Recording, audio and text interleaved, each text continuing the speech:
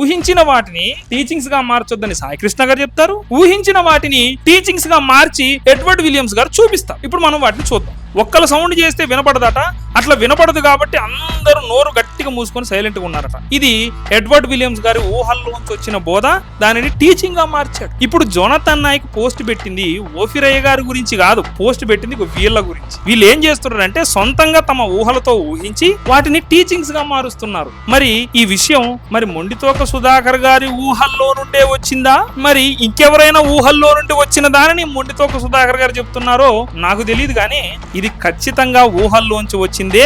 అపోస్తలిక బోధ నుండి మనల్ని తప్పించే ఊహల్లో నుండి వచ్చిన సంగతి కాబట్టి ఇది దేవదూషణ. ఇక్కడ చెబుతున్న సంగతి దేవదూషణ. సో టోటల్ గా ఈ వీడియో యొక్క ఫలితార్థం, దీని ద్వారా తేలిన ఫలితార్థం ఏంటంటే ఆర్టీఎఫ్ వాళ్ళు చేస్తున్న బోధలు ఏవైతే ఉన్నాయో వాటిలో చాలా వరకు మానవుల ఊహల నుండి పుట్టినవి. అవి చాలా డేంజరస్ బోధలు. అంత మాత్రమే కాదు, మన జోనథన్ నాయక్ ఖండిస్తున్నది, తప్పుబట్టి చూపిస్తున్నది ఓఫిర్ గారిని కాదు, ఆర్టీఎఫ్ వాళ్ళని. ఇప్పుడు నేను ఇంతకుముందు చెప్పినట్టు జోనథన్ నాయక్ ఫేస్బుక్ పోస్ట్ పెట్టి ఓఫిర్ గారిని నేనేదో ఖండించాను, ఓఫిర్ గారిని నేనేదో ఎక్స్పోజ్ చేశానని సంతోషపడుతుంటారు. కానీ యాక్చువల్గా అతడు ఎక్స్పోజ్ చేసింది ఓఫిర్ గారిని కాదు, ఆర్టీఎఫ్ ప్యానలిస్టులని ఎక్స్పోజ్ చేశాడు అనమాట. ఎలా ఎక్స్పోజ్ చేశాడు? ఆర్టీఎఫ్ వాళ్ళు చేస్తున్న తప్పుని స్పష్టంగా జనాలకు చూపించాడు. ఎలా చూపించాడో ఈ వీడియోలో మనం చూద్దాం. హౌ అనేటువంటి క్వశ్చన్స్ కి చాలా సార్లు లేదు, కానీ ఈ హౌ అనేటువంటి క్వశ్చన్స్ దగ్గర మనం స్పెక్యులేట్ చేయొచ్చు, వాక్యానికి లోబడి, వాక్యం యొక్క పరిధి లోపల ఉంది. కానీ అవి ఇన్ఫరెన్షియల్ స్పెక్యులేషన్స్ మాత్రం.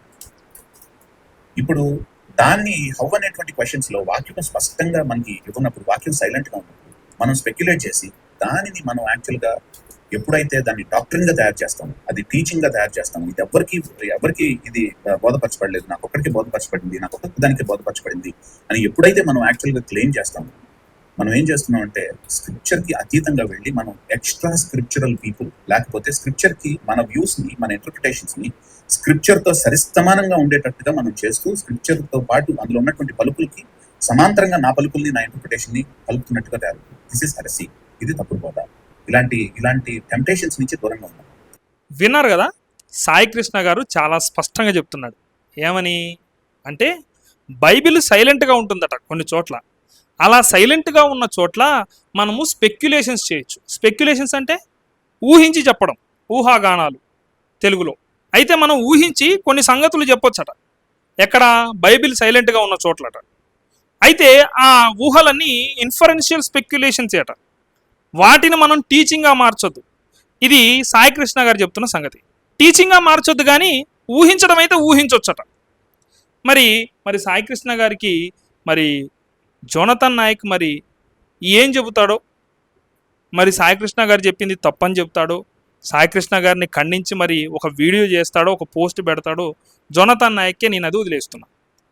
అయితే ఒక ఆశ్చర్యకరమైన సంగతి ఏంటంటే ఊహించిన దాన్ని టీచింగ్స్గా మార్చొద్దని సాయికృష్ణ గారు చెప్తుంటే, అలా ఊహించిన దాన్ని మన ఎడ్వర్డ్ విలియమ్స్ గారు టీచింగ్స్గా మార్చారు. మాకు వారి వీడియోస్లో చాలా స్పష్టంగా దొరికిన సంగతులవి మీకు ఇప్పుడు అవి చూపిస్తాను.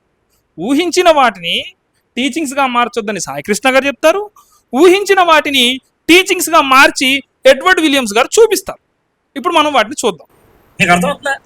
ఇది నెమ్మదిగా అర్థం చేసుకోవడం అంటే. అంతమంది వచ్చేస్తే యేసుప్రభు వారు వాళ్ళు నెమ్మదిగా నిశ్శబ్దంగా కూర్చోమని చెప్తే కూర్చొని వాక్యం చెప్తా ఉన్నారు. ఇప్పుడు ఇక్కడ మీకు తిప్పి కొడితే 150 మంది అనుకుందాం. ఈ 150 మందిని ఒక గదిలో వాక్యం చెప్పడం, నా చేతిలో మైకు, ఆయన సెట్టింగ్. కానీ యేసుప్రభు వారు అరణ్యంలో ఏ మైకు లేకుండా 15,000 మంది బోధించారంటే అలా దక్కకుండా కూర్చొని ఉంటారు. నేను చెప్తున్నా, లేకపోతే మాట వినపడదు అంటే కరెక్ట్ చెప్తున్నాను నేను. కరెక్ట్ చెప్తున్నారు. విక్కులు కూడా ఏముండేవి కావు, నిశ్శబ్దంగా ఉండేవాళ్ళు అంతే. అప్పుడే మాట వినపడుతుంది, లేకపోతే ఎలా వినపడుతుంది? అలా పీకుతూ ఆ తలుపులు తీయటం అలా ఉండవు. చెప్తున్నా ఉంటున్నా, నువ్వు గెలుతూ ఉన్నా కదా, ఇది చేయలేదు. అలా అప్పుడు చేసిండే వాళ్ళు కాదు. ఇది ఏమి కిక్కురు మనకుండా అలా వింటూ ఉంటే పొద్దున్న సాయంకాలం దాకా ఆయన బోధిస్తూనే ఉన్నాడు. గురుజారా మీరు వింటూ ఉంటే ఎంత బాగున్నా. ఇది వినే పద్ధతి. 15,000 మంది కనీసం గొడవ పడకుండా, పిల్లలు ఎవరిని ఏడిస్తే కనుక ఆ డోర్ మూసేసి, అర్థమైందా, వీలైతే పాలు ఇచ్చేసి గొడవ చేయకుండా పెట్టేసి ఎందుకనంటే ఒక్క పిల్లోడు ఏడ్చాడు అనుకో 15 మంది చూస్తారు ఆవిడ, సిగ్గుతో చచ్చిపోవాలండి. ఎందుకంటే మీ పిల్లోడు ఏడ్చాడు నా మాట వినపడలేదు, అంత జాగ్రత్తగా వినేవాళ్ళం. విన్నారు కదా ఎడ్వర్డ్ విలియమ్స్ గారు చేస్తున్న బోధ. ఏం చెప్తున్నారు ఎడ్వర్డ్ విలియమ్స్ గారు అంటే, యేసు ప్రభు వారు 5 రొట్టెలు 2 చేపలు పంచిన సందర్భంలో 15,000 మంది ఉన్నారట. ఆ 15,000 మందికి యేసు ప్రభు వారు చెబుతున్న బోధ వినబడడం కోసం కూర్చున్న జనాలందరూ కిక్కురు మనకుండా మౌనంగా ఉన్నారట. ఎందుకంటే వాళ్ళు మౌనంగా ఉండకపోతే యేసు ప్రభు వారి స్వరం వినబడదు అనేది మన ఎడ్వర్డ్ విలియమ్స్ గారి బోధ. ఇప్పుడు ఈ బోధ ఎలాగుందో మీ ముందు నేను ప్రజెంట్ చేస్తాను. ఎందుకంటే ఇప్పుడు మానవ మాతృలో మనం మాట్లాడాలంటే మనకు ఒక మైక్ కావాలి, స్పీకర్లు కావాలి, జనాలందరికీ వినపడడానికి క్లారిటీ కావాలి. కానీ యేసు ప్రభు వారు మాట్లాడాలంటే ఆయన చనిపోయిన లాజరును తిరిగి లేపినవాడు, 5 రొట్టెలు 2 చేపలను 5,000 మందికి పైచిలుకు జనాలకి పంచి ఇచ్చినవాడు. ఆయన మాట్లాడితే అందరికీ వినపడేటట్టు చేయలేడా? ఒక్కల సౌండ్ చేస్తే వినపడదట, అట్లా వినపడదు కాబట్టి అందరూ నోరు గట్టిగా మూసుకొని సైలెంట్గా ఉన్నారట. ఇది ఎడ్వర్డ్ విలియమ్స్ గారి ఊహల్లోంచి వచ్చిన బోధ, దానిని టీచింగ్గా మార్చాడు. ఎవరు? మన ఎడ్వర్డ్ విలియమ్స్ గారు. మార్చకూడదని ఎవరు చెప్పారు? మన సాయి కృష్ణ గారు. సో ఇప్పుడు జోనథన్ నాయక్ పోస్ట్ పెట్టింది ఓఫిరయ్య గారి గురించి కాదు, పోస్ట్ పెట్టింది వీళ్ళ గురించి. వీళ్ళు ఏం చేస్తున్నారంటే సొంతంగా తమ ఊహలతో ఊహించి వాటిని టీచింగ్స్గా మారుస్తున్నారు. ఇదే కాదు, ఇంకొక వీడియో కూడా ఉంది, చూద్దాం. క్లియర్ గా న్యూ టెస్టిమెంట్ ఆధారం చేసుకుని ఏదైనా ఆగిపోయిందని అంటే అపోస్తలత్వం ఒక్కటి మాత్రం ఖచ్చితంగా ఆగిపోయిందని చెప్పొచ్చు. ఎందుకంటే అపోస్తలు డైరెక్ట్ గా యేసు ప్రభువును చూసిన వాళ్ళు అయి ఉన్నారు. పునరుద్ధరణైన యేసును చూసిన వాళ్ళు డైరెక్ట్ గా యేసు ప్రభువు చేత అపోస్తలులుగా నియమించబడిన వాళ్ళు అయి ఉండాలి. ఆ తర్వాత వాళ్ళు రచించిన గ్రంథాలు లేఖనములు అయి ఉండాలి. అలాంటి అపోస్తలు ఎవరు ఇప్పుడు లేరు. ఇంకొకటి, అపోస్తలులకు ఉండాల్సినటువంటి ఇవన్నిటితో పాటు పునరుత్థానుడైనటువంటి యేసుక్రీస్తుని వారు డైరెక్ట్ గా చూసిన వారింట. సో అది మనకి ఇప్పుడు జరిగేది కాదు అది. అవును, ఆయన ఆశీనుడై వెళ్ళిపోయారు. అవును. ఏదన్నా చూస్తే దర్శనప్రాయంగా ఉన్న దేవుడు కృప చూపించిస్తే ఇవ్వచ్చు, కానీ రైట్ అది జరగదు. విన్నారు కదా మన మొండితోక సుధాకర్ గారు చెప్తున్న మాటలు ఇవి. అయితే ఇంతకుముందు నేను చెప్పా కదా, మనం బైబిల్ సైలెంట్గా ఉన్న దగ్గర స్పెక్యులేషన్స్ చేయొచ్చు, అంటే ఊహలు ఊహించవచ్చు అని చెప్పిన వ్యక్తిని ఎదురుగా పెట్టుకొని మొండితోక సుధాకర్ గారు ఒక ఊహాగానాల మాటలను చెప్తున్నాడు అనమాట. అదేంటిదో మీకు మీ ముందు ఇప్పుడు నేను చూపిస్తాను.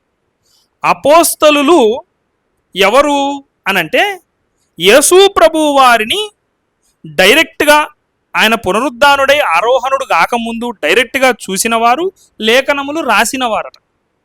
ఈ 2 లక్షణాలు తప్పకుండా ఉంటేనే వారు అపోస్తలులు. ఒకవేళ యేసు ప్రభు వారు పునరుద్ధానుడై ఆరోహణుడు అయిపోయిన తర్వాత ఇంకా ఎవరైనా యేసు ప్రభు వారిని చూస్తే అది దర్శనప్రాయంగా చూసినట్టు అని మన మొండితోక సుధాకర్ గారు చెబుతున్నారు. మరి ఈ విషయం మరి మొండితోక సుధాకర్ గారి ఊహల్లో నుండే వచ్చిందా, మరి ఇంకెవరైనా ఊహల్లో నుండి వచ్చిన దానిని మొండితోక సుధాకర్ గారు చెప్తున్నారో నాకు తెలియదు, కానీ ఇది ఖచ్చితంగా ఊహల్లోంచి వచ్చిందే. అపోస్తలిక బోధ నుండి మనల్ని తప్పించే ఊహల్లో నుండి వచ్చిన సంగతి కాబట్టి ఇది దేవదూషణ. ఇక్కడ చెబుతున్న సంగతి దేవదూషణ. ఎందుకో ఇప్పుడు నేను స్పష్టంగా మీకు వివరిస్తాను. అయితే మనం మొండితోక సుధాకర్ గారు ఆ వీడియోలో ఏం చెప్పారంటే, యేసు ప్రభు వారు మరణించి తిరిగి లేచి ఆరోహణుడై వెళ్ళిపోయిన తర్వాత ఇక ఎవరికైనా యేసు ప్రభు వారు కనపడితే అది దర్శనప్రాయంగానే కనపడ్డాడు, కానీ నిజంగా యేసు ప్రభు వారు వచ్చి కనపడలేదు అని అనమాట. అయితే ఇక్కడ ఒక క్వశ్చన్ రైజ్ అవుతుంది. ఆ క్వశ్చన్ ఏంటంటే, అపోస్తలుడైన పౌలు, అపోస్తలుడైన బర్నబా, ఇద్దరు అపోస్తలులు యేసు పునరుద్ధానుడై వెళ్ళిపోయిన తర్వాత అపోస్తలులు అయ్యారు. మరి వారికి ఎప్పుడు యేసు ప్రభు వారు ఫిజికల్గా కనపడ్డాడు? బర్నబా, అపోస్తలుడైన పౌలు ఇద్దరు అపోస్తలులు అయ్యారన్న సంగతి మనకి గలతీ పత్రిక 2వ అధ్యాయం 9వ వచనం చాలా స్పష్టంగా తెలియజేస్తుంది. స్తంభములుగా ఎంచబడిన యాకోబు, కేఫా, యోహాను అనువారు నాకు అనుగ్రహింపబడిన కృపను కనుగొని మేము అన్యజనులకును, చూడండి ఇక్కడ స్పష్టంగా చెప్తున్నాడు, మేము అన్యజనులకును తాము సున్నతి పొందిన వారికిని అపోస్తలులుగా ఉండవలెనని చెప్పి తమతో పాలివారమనుటకు సూచనగా నాకును బర్నబాకును కుడి చేతిని ఇచ్చిరి. అంత స్పష్టంగా ఇక్కడ బైబిల్ బర్నబా కూడా అపోస్తలుడు, పౌలు కూడా అపోస్తలుడు అని చెప్తుంటే వీళ్ళిద్దరూ అపోస్తలులు కారు అన్నట్టుగా మన మొండితోక సుధాకర్ గారి మాటలు తెలియజేస్తున్నాయి అన్నమాట. మీరు ఆలోచించండి, బైబిల్లో ఉన్న మాటలను కొట్టేసే విధముగా వీళ్ళ మాటలు ఉన్నాయి. అంటే ఇది ఎంత డేంజరస్ బోధ. అందుకే ఓఫీర్ గారు చెప్పారు, మనుషులు తమ సొంత ఊహలతో చేసిన బోధలు అపోస్తలుల బోధలకు వ్యతిరేకంగా ఉంటాయి, అవి మాయా స్వప్నాలు, మాయా బోధలు, మాయా ప్రవచనాలు అని చెప్పారన్నమాట ఓఫీర్ గారు. సో ఇప్పుడు మొండితోక సుధాకర్ గారు చేస్తున్నది ఏంటిది? మాయా ప్రవచనాల బోధ, మాయా స్వప్నాల బోధ. ఎవరి ముందు కూర్చొని చేస్తున్నారు? స్పెక్యులేషన్స్ చేయొచ్చు, వాటిని టీచింగ్స్గా మార్చొద్దు అని చెప్తున్న వ్యక్తి ముందు కూర్చొని బోధ చేస్తున్నారు. ఎంత ఆశ్చర్యకరం. అది ఈ ఆర్టీఎఫ్ యొక్క చరిత్ర అన్నమాట. ఇది రైట్ థియాలజీ ఫారం కాదు, రాంగ్ థియాలజీ ఫారం. ఇప్పుడు మనం ఎఫ్ఎస్సి పత్రిక 4:13 నేను చదువుతున్నాను, మీరు చూడండి. మీ దగ్గర బైబిల్ ఉంటే ఓపెన్ చేసి చూడండి. పరిశుద్ధులు సంపూర్ణులగునట్లు క్రీస్తు శరీరము క్షేమాభివృద్ధి చెందుటకును పరిచర్య ధర్మము జరుగుటకును ఆయన కొందరిని అపోస్తలులను గాను, కొందరిని ప్రవక్తలను గాను, కొందరిని సువార్తికులను గాను, కొందరిని కాపరులు గాను, ఉపదేశకులను గాను నియమించెను. ఇక్కడ చాలా స్పష్టంగా పౌలు రాస్తున్న మాట, అపోస్తలుడైన పౌలు పరిశుద్ధాత్మావేశంతో రాస్తున్న మాట. చాలా స్పష్టంగా డైరెక్ట్గా బైబిల్లో పరిశుద్ధులు సంపూర్ణులయ్యేంత వరకు, క్రీస్తు శరీరము క్షేమాభివృద్ధి చెందేంత వరకు, పరిచర్య ధర్మము జరిగేంత వరకు అపోస్తలులు ఉంటారు అని బైబిల్ చెబుతుంటే, మన మొండితోక సుధాకర్ గారు ఇప్పుడు అపోస్తలులు లేరని చెప్తున్నారు. అంటే అర్థం ఏంటి? ఇది అపోస్తలుల బోధ నుండి మనల్ని తప్పించే బోధనే కదా. అపోస్తలుల బోధ నుండి తప్పించే ఊహాగానాల బోధ ఇది. సో టోటల్గా ఈ వీడియో యొక్క ఫలితార్థం, దీని ద్వారా తేలిన ఫలితార్థం ఏంటంటే, ఆర్టీఎఫ్ వాళ్ళు చేస్తున్న బోధలు ఏవైతే ఉన్నాయో వాటిలో చాలా వరకు మానవుల ఊహల నుండి పుట్టినవి. అవి చాలా డేంజరస్ బోధలు. అంత మాత్రమే కాదు, మన జోనాథన్ నాయక్ ఖండిస్తున్నది, తప్పుబట్టి చూపిస్తున్నది ఓఫీర్ గారిని కాదు, ఆర్టీఎఫ్ వాళ్ళనే. మరి వాళ్ళనే ఖండిస్తుంటే మరి ఆర్టీఎఫ్ వాళ్ళు మరి జోనాథన్ నాయక్ని ఎలా పిలుచుకొని జోనాథన్ నాయక్ ఎలా వాళ్ళ ప్యానల్లో చోటిచ్చారో నాకు అర్థం కావట్లేదు. తరచి చూస్తే వీళ్ళందరూ కలిసి ఓఫీర్ గారి పుస్తకాలలో ఉన్న తప్పులను బయట పెడతామని ప్రయత్నం చేస్తూ వాళ్ళ తప్పులను వాళ్ళే బయట పెట్టుకుంటున్నారు. సో ఆర్టీఎఫ్ వాళ్ళు చేస్తున్నది శుద్ధ తెలివి తక్కువ పని. టోటల్గా జోనాథన్ నాయక్ అనే వ్యక్తి లాజిక్ అనేది స్విచ్ ఆఫ్ అయిపోయి పిచ్చివాడిలాగా ఏదేదో చేయబోయి ఇంకేదేదో చేస్తున్నాడు. దీనిని బట్టి ఈ వీడియో ద్వారా ఈ విషయం పర్ఫెక్ట్గా ప్రూవ్ అయింది. కాబట్టి సత్యాన్వేషకులు సత్యమేదో అసత్యమేదో అబద్ధమేదో నిజమేదో తెలుసుకోవాలనుకునే వాళ్ళు ఈ వీడియో ద్వారా తెలుసుకున్నారని నేను నమ్ముతున్నాను. ఇంకా వాళ్ళ యొక్క మూలాలు, వాళ్ళ ఫలాలు ఇంకా బయటపడతాయి. నెక్స్ట్ రాబోయే వీడియోస్ కోసం మీరు ఎదురు చూస్తారని నేను నమ్ముతున్నాను. Thank you for watching this video.